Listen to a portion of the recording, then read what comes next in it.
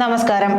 Prakash ജാവ്ദേക്കറും T ജയരാജനും തമ്മിലെ ചർച്ചയെക്കുറിച്ച് തനിക്ക് അറിയില്ലായിരുന്നു എന്നാണ് ഇപ്പോൾ BJP നേതാവ് ശോഭാ സുരേന്ദ്രൻ വ്യക്തമാക്കുന്നത്. എന്നാൽ 3 വട്ടം താൻ യുമായി ചർച്ച നടത്തിയിട്ടുണ്ടെന്നും ശോഭാ സുരേന്ദ്രൻ തുറന്നു പറയുന്നു. ജയരാജന്റെ ആവശ്യപ്രകാരം നന്ദകുമാർ എന്നെ തേടി വരികയാണ് ഉണ്ടായത്. യോട് സംസാരിച്ചാണ് പത്രസമ്മേളനം നടത്തുന്നതെന്ന് നന്ദകുമാർ തന്നെ പറഞ്ഞല്ലോ. ദല്ലാളിനെ ഇറക്കി എനിക്കെതിരെ ഇല്ലാത്ത ആരോപണം കെട്ടിച്ചമച്ച തിരഞ്ഞെടുപ്പിന്റെ മൂർധന്യത്തിൽ നശിപ്പിക്കാൻ ആരാണ് ശ്രമിച്ചത്? അതുകൊണ്ടാണ് ഇതെല്ലാം എനിക്ക് പുറത്തു പറയേണ്ടി വന്നതെന്നും ശോഭ പറയുന്നുണ്ട്. യുമായി നടന്നതെന്ന് പറയുന്ന ചർച്ചയുടെ വിശദാംശങ്ങളും ശോഭാ സുരേന്ദ്രൻ പുറത്തു പറയുന്നു.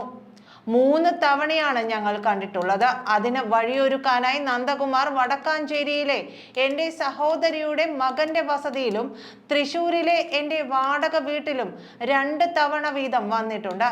അതിൽ 3 തവണയും ജയരാജനുമായി സംസാരിക്കുന്നത് സ്പീക്കറിലിട്ട് കേൾപ്പിച്ചു. അദ്ദേഹവുമായി നേരിട്ട് സംസാരിക്കണമെന്ന് ഞാൻ പറഞ്ഞു. 2023 ജനുവരിയിൽ നന്ദകുമാറിന്റെ വെണ്ണലയിലെ വീട്ടിൽ വെച്ചായിരുന്നു ജയരാജനുമായുള്ള ആദ്യ കൂടിക്കാഴ്ച.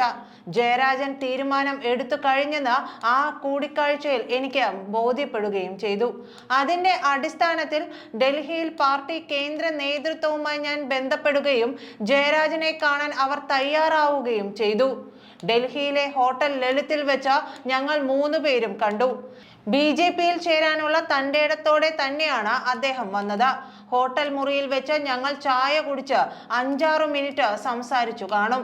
അപ്പോൾ ഒരു ഫോൺ വന്നു. അതോടെ അദ്ദേഹം ആകെ ടെൻഷനിലായി. മുഖഭാവവും ശരീരഭാഷയും മാറി. പിറ്റേന്ന് BJPയിൽ ചേരാനുള്ള എല്ലാ തയ്യാറെടുപ്പും നടത്തിയിരിക്കെ അദ്ദേഹം പെട്ടെന്ന് പിന്മാറി. ഈ ഫോൺ വിളി മുഖ്യമന്ത്രിയുടേതാകുമെന്നാണ് ശോഭാ സുരേന്ദ്രൻ സംശയം പ്രകടിപ്പിക്കുന്നത്. ആരാണ് വിളിച്ചതെന്ന് അറിയില്ലെന്നും പറയുന്നു. നമുക്ക് ഒന്ന് നീട്ടിവെക്കേണ്ടി വരും എന്നാണ് ഫോൺ വന്ന ശേഷം എന്നോട് പറഞ്ഞത്. ഇന്ത്യയിലെ ഏറ്റവും പ്രധാനപ്പെട്ട ഒരു BJP നേതാവുമായുള്ള ജയരാജന്റെ കൂടിക്കാഴ്ചയാണ് തീരുമാനിച്ചിരുന്നത്. അദ്ദേഹത്തെ ആരാണ് വിളിച്ചതെന്ന് എനിക്കറിയില്ല. തന്നെക്കാൾ ജൂനിയറായ MV ഗോവിന്ദൻ സംസ്ഥാന സെക്രട്ടറി ആയതിന്റെ അനിഷ്ടവും വേദനയുമാണ് EP പറഞ്ഞത്. പാർട്ടിക്ക് വേണ്ടി കഷ്ടപ്പാടും ബുദ്ധിമുട്ടും കൂടുതൽ സഹിച്ചത് താനാണെന്നും പറഞ്ഞുവെന്നാണ് ശോഭയുടെ വാക്കുകൾ. അതിന് ശേഷം ഒരിക്കൽ കൂടി താൻ EPയെ കണ്ടെന്നും ശോഭ പറയുന്നു. നന്ദകുമാർ വീണ്ടും വിളിച്ചിട്ടാണ് ഞാൻ പോയത്. ഇനി ഇക്കാര്യത്തിൽ താല്പര്യമില്ലെന്ന് ഞാൻ തീർത്തു പറയുന്നു. എന്നാൽ അന്ന് സംഭവിച്ചത് ജയരാജന് വിശദീകരിക്കണമുണ്ടെന്ന് നന്ദകുമാർ പറഞ്ഞു. MV ഗോവിന്ദന്റെ യാത്ര തൃശ്ശൂരിലെത്തിയ ദിവസമായിരുന്നു കൂടിക്കാഴ്ച. കണ്ടപ്പോൾ താൻ അനുഭവിക്കുന്ന മാനസിക സംഘർഷത്തെക്കുറിച്ച് EP വിശദീകരിച്ചു. തനിക്കും കുടുംബത്തിനും ഭീഷണിയുണ്ടെന്നും തൽക്കാലം മാറ്റിവെക്കേണ്ടി വരുമെന്നും പറഞ്ഞു. പിന്നീട് വിവരമറിയിക്കാമെന്നും പറഞ്ഞു. പിന്നീട് ഒരിക്കൽ ഞാൻ കൊച്ചിയിലുള്ളപ്പോൾ ഒരു ഫോൺ വന്നു. ഒരു ഹോട്ടൽ പറഞ്ഞിട്ട് അവിടെ എത്താൻ ജയരാജന്റെ നിർദ്ദേശമുണ്ടെന്ന് വിളിച്ചയാൾ പറഞ്ഞു. അവിടെ വെച്ചാണ് ജയരാജന്റെ മകനെ കാണുന്നത്. അല്ലാതെ ജയരാജൻ പറഞ്ഞതുപോലെ യാദൃശ്ചികമായി കണ്ട നമ്പർ വാങ്ങിയതൊന്നുമല്ലെന്നും ശോഭാ സുരേന്ദ്രൻ വിശദീകരിക്കുന്നു.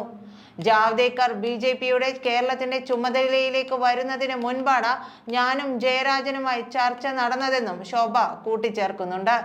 നന്ദി.